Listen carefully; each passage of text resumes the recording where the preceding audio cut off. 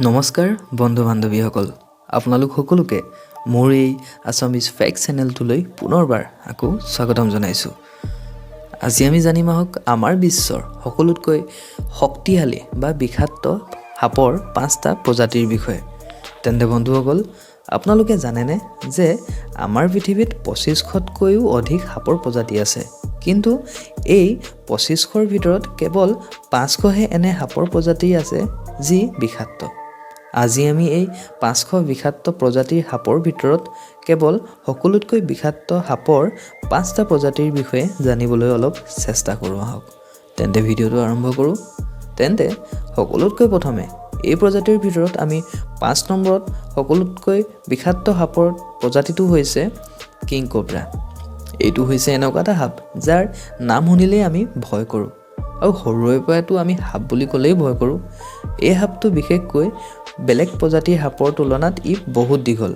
ইয়াৰ দৈৰ্ঘ্য 13 ফিটৰ পৰা 15 ফিট পৰ্যন্ত হয়। ইয়াক পৃথিৱীৰ সকলোতকৈ দীঘল আৰু বিষাক্ত সাপ বুলি কোৱা হয়।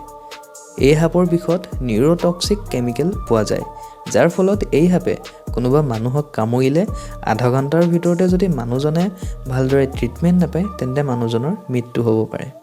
কিন্তু এটা ভাল কথা যে এই সাপ বিষাক্ত হোৱা স্বত্তেও সহজতে কোনো মানুহক নেকামুৰে বা আক্ৰমণ নকৰে। সিহঁতে নিজেই বাচিবলৈহে বেলেগৰ ওপৰত আক্ৰমণ কৰে। এই সাপ বিশেষকৈ দক্ষিণ পূব এছিয়া আৰু আমাৰ ভাৰতবৰ্ষতহে ইয়াক বিশেষকৈ পোৱা যায়। তেন্তে বন্ধুসকল, আপোনালোকে আমাৰ পৃথিৱীৰ 5 নম্বৰৰ বিষাক্ত সাপৰ প্ৰজাতিটোৰ বিষয়ে জানিলে। এতিয়া আমি জানো আহক আমাৰ 4 নম্বৰত থকা বিষাক্ত সাপৰ প্ৰজাতিটোৰ বিষয়ে। এই প্ৰজাতিটো হৈছে ব্লিচাৰ্ছ চি স্নেক। এই সাপৰ প্ৰজাতিটো আমি চাগে কেতিয়াও দেখা নাই। এই সাপৰ প্ৰজাতিটো বিশেষকৈ চাউথ ইষ্ট এছিয়া আৰু নৰ্দাৰ্ণ অষ্ট্ৰেলিয়াতহে ইয়াক বিশেষকৈ পোৱা যায়।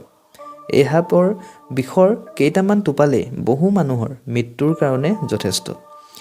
এই সাপ বিশেষকৈ সাগৰৰ তলতহে ইয়াক বিশেষকৈ পোৱা যায়। আপুনি বা আমি ইয়াক লৈ বেছি ভয় কৰাৰ কোনো দৰকাৰ নাই। মানুহৰ পৰা বহুত দূৰত থাকে আৰু সাগৰৰ বহুত গভীৰতাত বসবাস কৰে। আচলতে কেৱল মাত্ৰ সাগৰত মাছ ধৰিবলৈ যোৱা মাছমৰীয়াবোৰেহে কেতিয়াবা মাছৰ লগতে এই সাপ জালত আহিলে এই সাপৰ কবলত পৰিব লগা হয়। তেন্তে বন্ধুসকল, আপোনালোকে 4 নম্বৰৰ বিষাক্ত সাপৰ প্ৰজাতিটোৰ বিষয়ে জানিলে। এতিয়া আমি জানো আহক আমাৰ পৃথিৱীৰ 3 নম্বৰত থকা বিষাক্ত সাপৰ প্ৰজাতিটোৰ বিষয়ে। এই প্ৰজাতিটো হৈছে ইষ্টাৰ্ণ ব্ৰাউন স্নেক। এই প্ৰজাতিৰ সাপ বিশেষকৈ অষ্ট্ৰেলিয়াত পোৱা যায়। বৈজ্ঞানিকসকলৰ মতে এই সাপে কামুৰিলে 5 মিনিটৰ পিছত মানুহজনে স্পষ্টকৈ দেখা নাপায়, আৰু লগতে শৰীৰত বহুত বিষ হ'ব ধৰে আৰু কামোৰা জেগাডোখৰ পৰা তেজ ওলাব ধৰে। আৰু যদি কামোৰাৰ পাছত সোনকালে মানুহজনে ট্ৰিটমেণ্ট নাপায় তেন্তে মানুহজনৰ মৃত্যু হ'ব পাৰে। আৰু এটা কথা যে ইষ্টাৰ্ণ ব্ৰাউন স্নেকৰ পোৱালিবোৰো যথেষ্ট বিষাক্ত, আৰু এই পোৱালিয়ে কামুৰিলেও মানুহৰ মৃত্যু হ'ব পাৰে। ইহঁতৰ দৈৰ্ঘ্য 2 মিটাৰ পৰ্যন্ত হয়গৈ। অষ্ট্ৰেলিয়াত সাপে কামোৰা কেছবোৰৰ ভিতৰত 60% এই সাপে কামোৰাৰ ফলতেই মানুহৰ মৃত্যু হয়। এই সাপ যথেষ্ট স্পীডত গতি কৰিব পাৰে, যাৰ ফলত ইহঁতে নিজৰ চিকাৰক ধৰিবৰ কাৰণে বেছি সময় নালাগে। তেন্তে বন্ধুসকল, এতিয়া আমি জানো আহক আমাৰ বিশ্বৰ 2 নম্বৰত থকা সকলোতকৈ বিষাক্ত সাপৰ প্ৰজাতিটোৰ বিষয়ে। এই সাপৰ প্ৰজাতিটো হৈছে ব্লেক মাম্বা। এই সাপক fastest snake in the world নামেৰেও ইয়াক জনা যায়। নিজৰ চিকাৰক 20 কিলোমিটাৰ ঘণ্টাৰ বেগেৰে গৈ চিকাৰ কৰিব পাৰে। ইহঁতে নিজৰ চিকাৰক 10ৰ পৰা 15 বাৰ পৰ্যন্ত কামোৰে, আৰু ইহঁতে এবাৰতে 400 মিলিগ্ৰাম পৰ্যন্ত বিষ এৰি দিব পাৰে। আৰু এই 400 মিলিগ্ৰামৰ 1 মিলিগ্ৰাম বিষে মানুহৰ মৃত্যুৰ কাৰণে যথেষ্ট। এই সাপ বিশেষকৈ আফ্ৰিকাত পোৱা যায়, আৰু আফ্ৰিকাত প্ৰতি বছৰে বহু লোকক এই সাপে কামোৰাৰ ফলতেই মৃত্যু হোৱা দেখা গৈছে। আফ্ৰিকাত এই সাপ যথেষ্ট পৰিমাণে পোৱা যায়।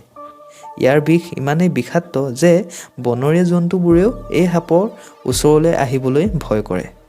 এই সাপ দেখিবলৈ ধোঁৱা ৰঙৰ বা গ্ৰে কালাৰৰ হয়, আৰু এই সাপৰ মুখৰ ভিতৰৰ ৰং ক'লা হোৱাৰ বাবে এই সাপক ব্লেক মাম্বা বুলি কোৱা হয়। এই সাপৰ বয়সকাল 15 পৰা 17 বছৰ পৰ্যন্ত হয়।